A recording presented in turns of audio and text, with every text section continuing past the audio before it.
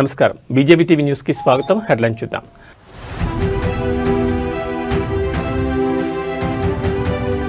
ఢిల్లీ పర్యటనలో ఉన్న Revanth Reddy global summit విజయంపై వివరించిన సీఎం.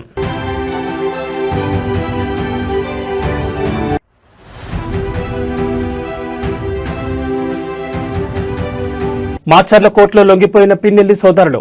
పిన్నెల్లి బ్రదర్స్ ముందస్తు బెయిల్ పిటిషన్ కొట్టివేసిన సుప్రీంకోర్టు.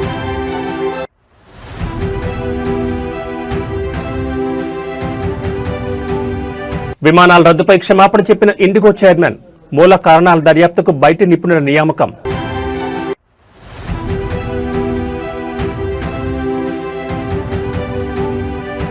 అమెరికాలో అధికారికంగా ప్రారంభమైన గోల్డ్ కార్డ్ పథకం. వ్యక్తులకు $1 మిలియన్, కంపెనీలకు $2 మిలియన్ ఫీజు. ఇక డీటెయిల్స్ చూస్తే ముఖ్యమంత్రి రేవంత్ రెడ్డి తన ఢిల్లీ పర్యటనలో భాగంగా కాంగ్రెస్ అగ్రనేతలు సోనియా గాంధీ, రాహుల్ గాంధీ, ప్రియాంక గాంధీలతో సమావేశమయ్యారు. ఈ ఉదయం పార్టీ ఎంపీలతో కలిసి ఆయన అధిష్టానంతో భేటీ అయ్యారు. ఈ సందర్భంగా తెలంగాణలోని తాజా రాజకీయ పరిస్థితులు, ప్రభుత్వ పనితీరు, సంక్షేమ పథకాల అమలు వంటి కీలక అంశాలపై చర్చించినట్టు తెలుస్తోంది. రాష్ట్రంలో పార్టీని మరింత బలోపేతం చేసేందుకు తీసుకుంటున్న చర్యలను, ప్రభుత్వ పాలనా తీరును రేవంత్ రెడ్డి కాంగ్రెస్ పెద్దలకు వివరించారు. ముఖ్యంగా ఇటీవల హైదరాబాద్ వేదికగా ప్రభుత్వం ప్రతిష్టాత్మకంగా నిర్వహించిన తెలంగాణ రైజింగ్ గ్లోబల్ సమ్మిట్ ఘన విజయం సాధించిన విషయాన్ని సోనియా గాంధీ దృష్టికి తీసుకెళ్లినట్లు తెలుస్తోంది.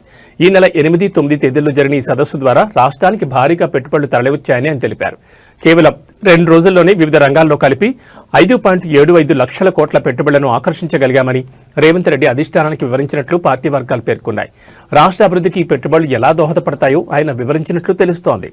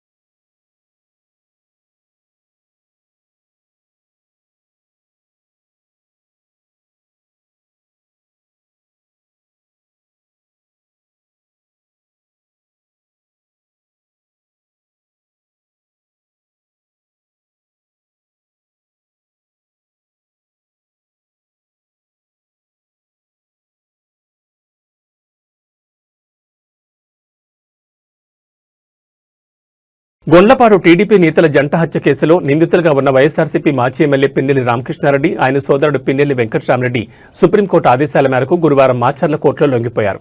ఈ ఏడాది మే 24న పల్నాడు జిల్లా వెల్దుర్తి మండలం గొండ్లపాడులో తెలుగుదేశం పార్టీ నాయకులు జవిశెట్టి వెంకటేశ్వర్లు, జవిశెట్టి కోటేశ్వరరావు దారుణ హత్యకు గురైన విషయం తెలిసిందే. ఈ కేసులో ముందస్తు బెయిల్ కోసం పిన్నెల్లి సోదరులు చేసిన అభ్యర్థనను హైకోర్టు తిరస్కరించింది. అనంతరం వారు సుప్రీంకోర్టును ఆశ్రయించగా నవంబర్ 28న సుప్రీంకోర్టు వీరి ముందస్తు బెయిల్ను రద్దు చేసి 2 వారాల్లోగా కింది కోర్టు ముందు పోవాలన్న ఆదేశాలు జారీ చేసింది. సుప్రీంకోర్టు విధించిన గడువు ముగియనుండడంతో పిన్నెల్లి సోదరులు ఈ నిర్ణయం తీసుకున్నారు.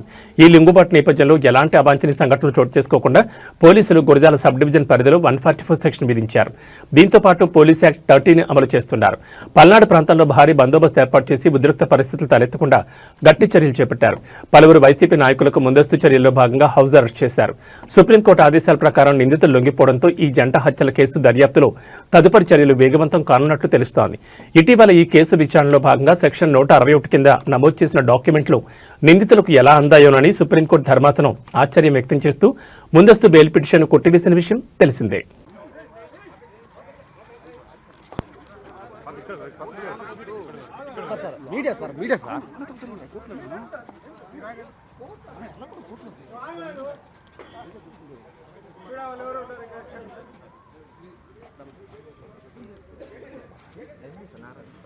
ఉమ్మడి నల్గొండ జిల్లాలో పంచాయతీ ఎన్నికలు నివురుగప్పిన నిప్పులా మారాయి. బుధవారం అర్ధరాత్రి నుంచి ఎక్కడో ఒక చోట కాంగ్రెస్, బీఆర్ఎస్ వర్గీయుల పరస్పర దాడులకు దిగుతున్నారు.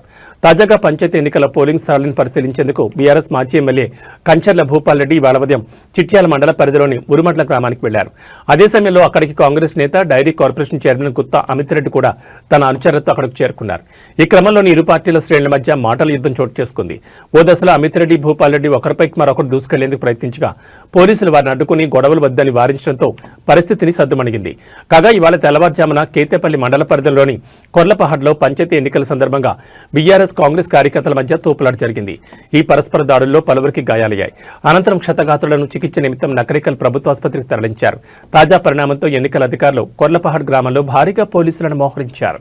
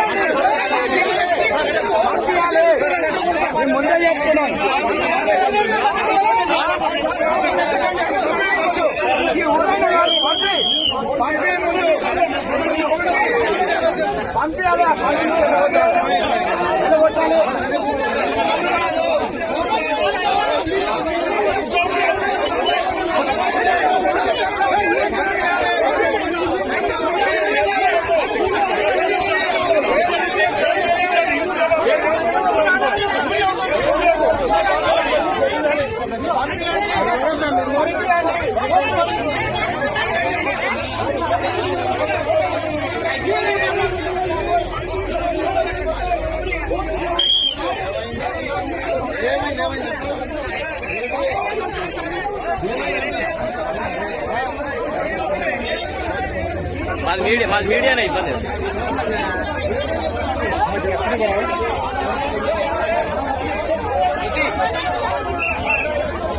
శృతి శృతి నడుస్తుంది.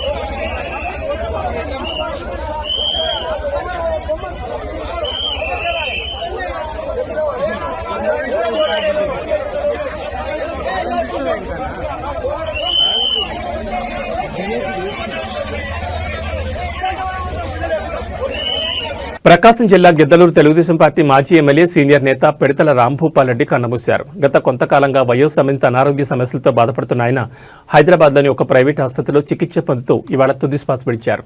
రాంభూపాల్ రెడ్డి 1994లో జరిగిన అసెంబ్లీ ఎన్నికల్లో టీడీపీ అభ్యర్థిగా గిద్దలూరు నియోజకవర్గం నుంచి పోటీ చేసి ఎమ్మెల్యేగా గెలుపొందారు. ఆ తర్వాత నుంచి ఆయన క్రియాశీలక రాజకీయాలకు దూరంగా ఉంటొచ్చారు. ఆయన మరణ వార్త తెలియగానే తెలుగు రాష్ట్రాల్లోని పలువురు రాజకీయ ప్రముఖులు సంతాపం వ్యక్తం చేశారు. ఆయన కుటుంబ సభ్యులకు తమ ప్రగాఢ సానుభూతిని తెలియజేశారు. ఆయన అంత్యక్రియలు శుక్రవారం గిద్దలూరులో నిర్వహించనున్నట్లు కుటుంబ సభ్యులు తెలిపారు.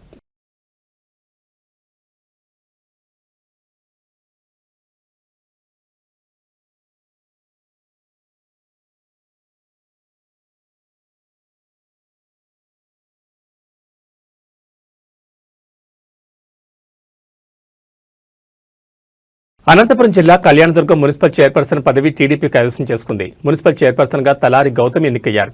కళ్యాణదుర్గం మున్సిపాలిటీలో మొత్తం 24 మంది కౌన్సిలర్లు ఉండగా టీడీపీకి 12 మంది కౌన్సిలర్లు, వైసీపీకి 12 మంది కౌన్సిలర్ల బలం ఉంది.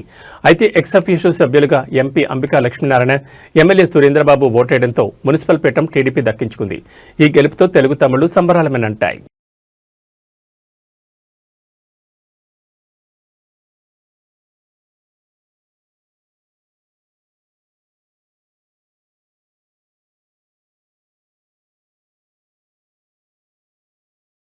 కడప మేయర్గా పాక సురేష్ ఎన్నికయ్యారు. 47 డివిజన్ వైసీపీ కార్పొరేటర్ పాక సురేష్ అభ్యర్థిత్వాన్ని కార్పొరేటర్లు నిత్యానందరెడ్డి, షఫీ బలపరిచారు. దీంతో పాక సురేష్ మేయర్గా ఎన్నికైనట్లు జాయింట్ కలెక్టర్ అదితి సింగ్ ప్రకటించారు. వైసీపీకి 39 మంది కార్పొరేటర్లు ఉండగా 38 మంది సభ్యులు హాజరయ్యారు. మేయర్ పదవి ఆశించిన 10వ డివిజన్ కార్పొరేటర్ మల్లికార్జున అసంతృప్తితో ఎన్నికకు గైర్హాజరయ్యారు. ఇక తగినంత బలం లేకపోవడంతో మేయర్ ఎన్నికకు టీడీపీ దూరంగా ఉంది.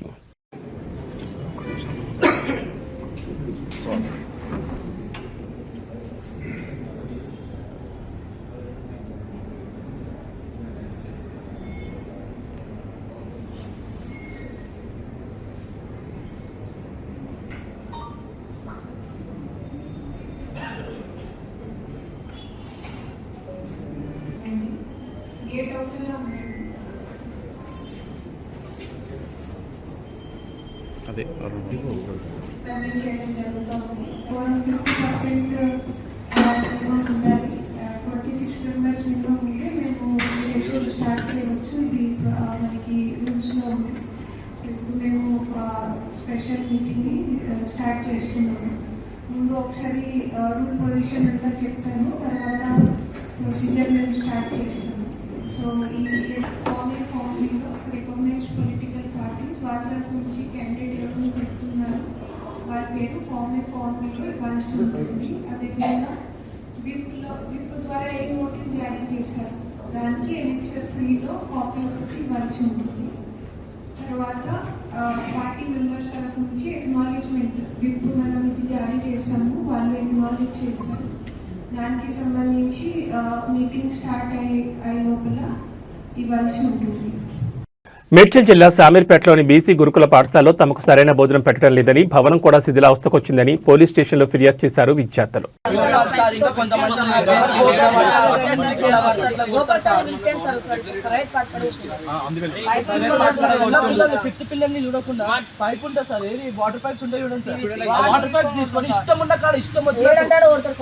సాంబార్ అయిపోయింది.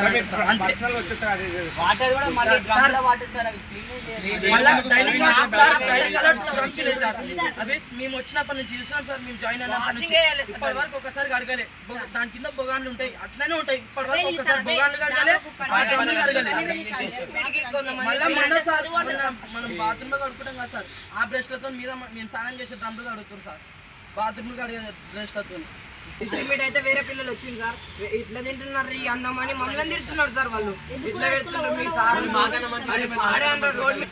ఎట్లా అనిపిస్తుంది మీరే చెప్పండి.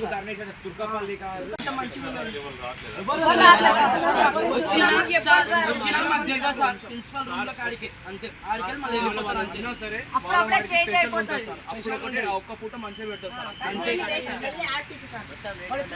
మెన్నోళ్ళు ఉన్నట్టు చక్కగా పెడతలేరు, పొద్దున్న సాయంత్రం పెడతారు, సాయంత్రం పొద్దున్న పెడతారు. ఏం పడుతున్నారు అలాగే మేమేమన్నా అడిగితే మళ్ళీ కొట్టే నీకు ఎందుకు ఒక్కనే తింటలేరా అంటే చదవచ్చు అని పోలీస్ స్టేషన్ దాకా వచ్చినంటే చాలా ఇబ్బంది కదా. ఇబ్బంది అర్థం చేసుకోండి సార్, ఓకే కానీ కమిటీ మీటింగ్ కూడా పెట్టాను, పెట్టి చెప్తాను. ఇట్లాంటి సిచ్యువేషన్స్ ఉన్నాయి, కొద్దిగా నెక్స్ట్ రాకుండా వాళ్ళు కొద్దిగా మ్యాన్ పవర్తో తగ్గిపోయింది, కొన్ని విషయాలు ఉన్నాయని చెప్పాను. అలాగే ఇప్పుడు మార్నింగ్ కూడా వాళ్ళని క్లాస్కి తీసుకెళ్ళి చెప్పాను. టాలీవుడ్ సీనియర్ హీరో అయిన మెగాస్టార్ చిరంజీవి ప్రముఖ పారిశ్రామికవేత్త మహేంద్ర గ్రూప్ చైర్మన్ ఆనంద్ మహీంద్రాపై ప్రశంసల వర్షం కురిపించారు. తెలంగాణ గ్లోబల్ సమ్మిట్లో ఆనంద్ మహీంద్రాను కలిసిన చిరంజీవి ఆయన వ్యక్తిత్వాన్ని పొగుడుతూ సోషల్ మీడియా వేదికగా ట్వీట్ చేశారు. ఆయన తన ట్వీట్లో ఆనంద్ మహీంద్ర వినయం, నిరాడంబరత తనకు ఎంతో ఆకట్టుకున్నాయని, వ్యక్తిగతంగా ఆ లక్షణాలు తాను ఎంతో గౌరవిస్తానని చిరంజీవి పేర్కొన్నారు. అంతేకాకుండా ఆనంద్ మహీంద్ర తన విలువలు, పనులు, నడవడికలతో గొప్పతనాన్ని పెంచుకున్న రతన్ టాటాను గుర్తు చేస్తున్నారని చిరంజీవి ఆ పోస్టులో ప్రస్తావించారు. ఆనంద్ మహీంద్ర సామాజిక సేవా కార్యక్రమాలకు కట్టుబడి ఉండడం తనకు చాలా స్ఫూర్తినిచ్చిందని, ఆయనతో కలిసి అలాంటి సార్థకమైన పనులలో పాల్గొనడానికి తాను మరింత ఉత్సాహంగా ఉన్నారని చిరంజీవి తెలిపారు. ఈ సమావేశాన్ని ఏర్పాటు చేసినందుకు సీఎం రేవంత్ రెడ్డికి చిరంజీవి ప్రత్యేక కృతజ్ఞతలు తెలిపారు. భవిష్యత్తులో ఇలాంటి స్ఫూర్తిదాయకమైన సంభాషణల కోసం ఎదురుచూస్తున్నారని మెగాస్టార్ తన ట్వీట్ను ముగించారు.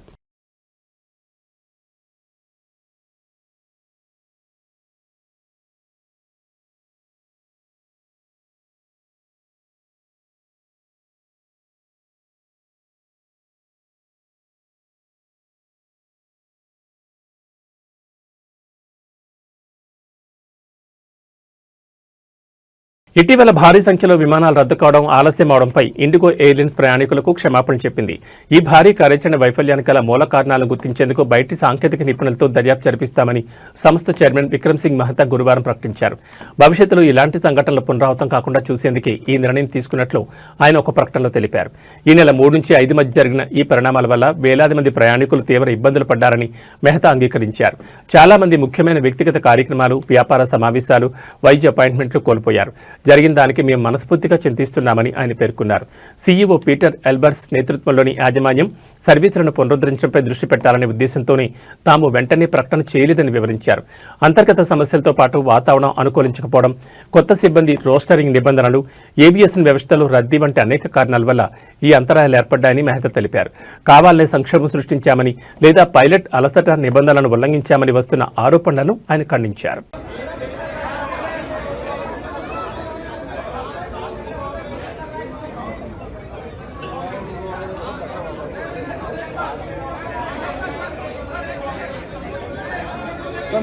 अपने भाई को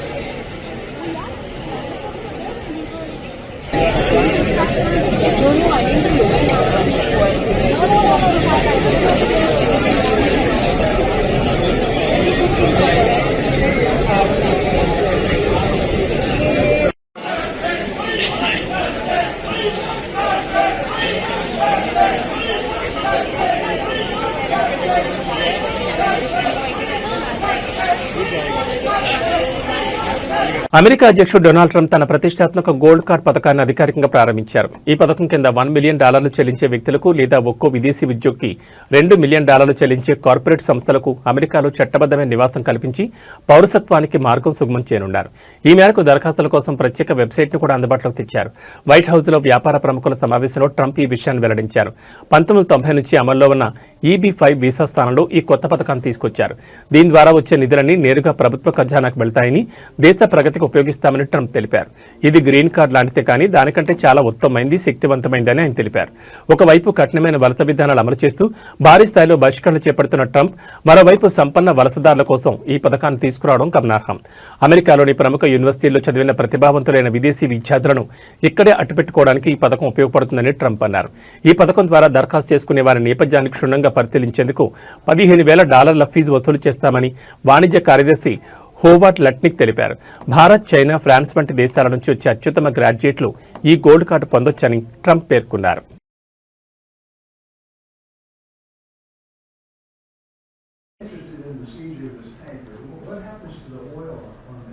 Well, we keep it, I guess. Where does it go? What does it go to? Well, you have to follow the tanker. You know, you're a good newsman. Just follow the tanker. Do you know where it's going? Was it Follow it. Get a helicopter and follow the tanker. Is it true it's going to But we're gonna. I assume we're gonna keep the. మనుషుల మధ్య విభేదాలు వస్తే రెండుగా విడిపోయి గొడవపడడం చూస్తూ ఉంటాం. అలాంటిది కోతుల సమూహం 2 గ్రూపులుగా విడిపోయి భీకర యుద్ధం చేసుకుంటే ఎలా ఉంటుంది? తాజాగా అలాంటి ఘటన హైదరాబాద్ పోచారం సర్కిల్లో జరిగింది. ప్రతాప సింగారంలో సుమారు 60 కోతులు 2 గ్రూపులుగా విడిపోయి గ్యాంగ్ వార్కి దిగాయి. ఇవాళ ఉదయం సింగారం ప్రధాన కూడలిలో ఈ ఘటన జరిగింది. 2 గ్రూపులుగా విడిపోయిన ఒక గుంపు కోతులను మరొక గుంపు కోతులు తరుముతూ వానర యుద్ధాన్ని దిగాయి. పరస్పరం తరుముకుంటూ ఆ ప్రాంతంలో హడలెత్తించాయి. కోతుల గ్యాంగ్ వారితో స్థానికులు తీవ్ర ఆందోళన చెందారు. స్థానికులు వాటిని చెదరగొట్టడంతో ఆ కోతులు శాంతించాయి. కోతుల బెడద నుంచి విముక్తి కల్పించాలని జీహెచ్ఎంసీ అధికారులను డిమాండ్ చేసినా వారు పట్టించుకోవడం లేదని ప్రజలు ఆగ్రహం వ్యక్తం చేస్తున్నారు. అయితే కొందరు ఈ కోతుల దాడికి సంబంధించిన వీడియోను తమ సెల్ ఫోన్లలో రికార్డ్ చేసి సోషల్ మీడియాలో అప్లోడ్ చేశారు. దీంతో ఈ వీడియో ఇప్పుడు వైరల్గా మారింది.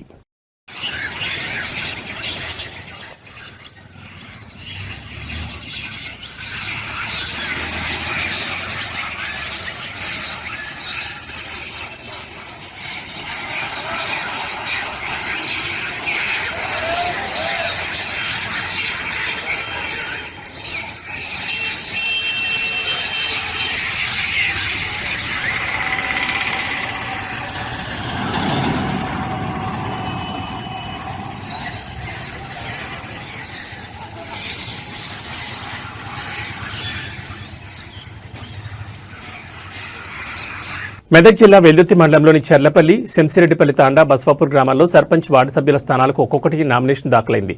దీంతో ఆయా గ్రామ పంచాయతీలో సర్పంచ్ వార్డు సభ్యుల ఎన్నిక ఏకగ్రీవమైనట్లు అధికారులు ప్రకటించారు. చెర్లపల్లి సర్పంచ్గా అరుణ దుర్గానాయక్, శంషరెడ్డిపల్లి సర్పంచ్గా బానోత్ గణేష్, బస్వాపూర్ సర్పంచ్గా నజ్మా సుల్తానాలతో పాటు ఆయా గ్రామాల వార్డు సభ్యులకు రిటర్నింగ్ అధికారులు ఎన్నికల ధ్రువపత్రాలు అందజేశారు. అనంతరం గ్రామ పంచాయతీ కార్యాలయంలో ప్రమాణ స్వీకారాన్ని ఘనంగా నిర్వహించారు. అదేవిధంగా చెర్లపల్లిలో ఉప సర్పంచ్గా గోదల పెంటారెడ్డి, శంసిరెడ్డిపల్లిలో ఉప సర్పంచ్గా నరసింహులు, బస్వాపూర్ ఉప సర్పంచ్గా లావణ్యలను ఆయా గ్రామ పంచాయతీ వార్డు సభ్యులు ఏకగ్రీవంగా ఎన్నుకున్నారు. ఈ సందర్భంగా పంచాయతీల్లో ఏకగ్రీవంగా గెలుపొందిన సర్పంచ్ వార్డు సభ్యులను పలువురు శాలువాలతో సత్కరించి మిఠాయిలు తినిపించారు. ఈ కార్యక్రమంలో ఎన్నికల రిటర్నింగ్ అధికారులు శ్రీనివాస్, స్వామి, సాంబయ్య, పంచాయతీ కార్యదర్శి విఠల్, మాజీ సర్పంచుల ఫోరం అధ్యక్షుడు అశోక్ రెడ్డి, సర్పంచ్ రమావత్, శాంతి తదితరులు పాల్గొన్నారు. శంషరెడ్డిపల్లి తాండా మండల్ వెల్దుర్తి, బానోత్ గణేష్ మా తండ్రి గారు ఈ గ్రామం ఏకీకరణ చేయడం జరిగింది. ఈ గ్రామాన్ని మంచి దారిలో తీసుకెళ్లాలని, మంచి అభివృద్ధి చేసుకుందామని చెప్తున్నాము.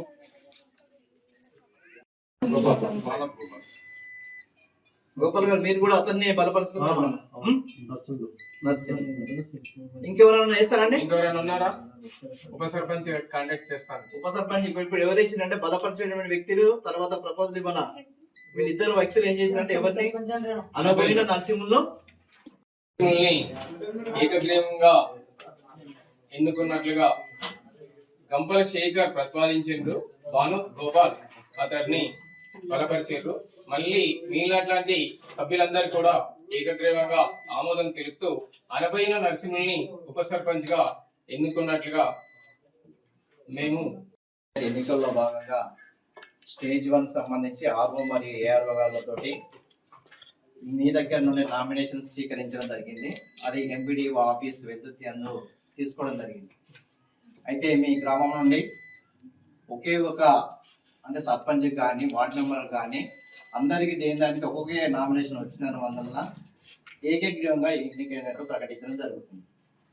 మరి అదే తర్వాత దానికి నిన్నటి వరకు ఏకగ్రీవం ఎన్నిక జరిగింది. తర్వాత ఈ రోజు ఎందుకంటే గతం నిన్నటి వరకు మన కలెక్టర్ గారు వీరికి మనకు ఆదేశము ఉప సర్పంచ్ చేయాలన్నటువంటి ఆదేశం ఇవ్వడం వల్ల ఈరోజు ఉదయం 11 గంటల నుంచి మీ విలేజ్లో ఉప సర్పంచ్ ఎన్నికల గురించి మేము రావడం జరిగింది.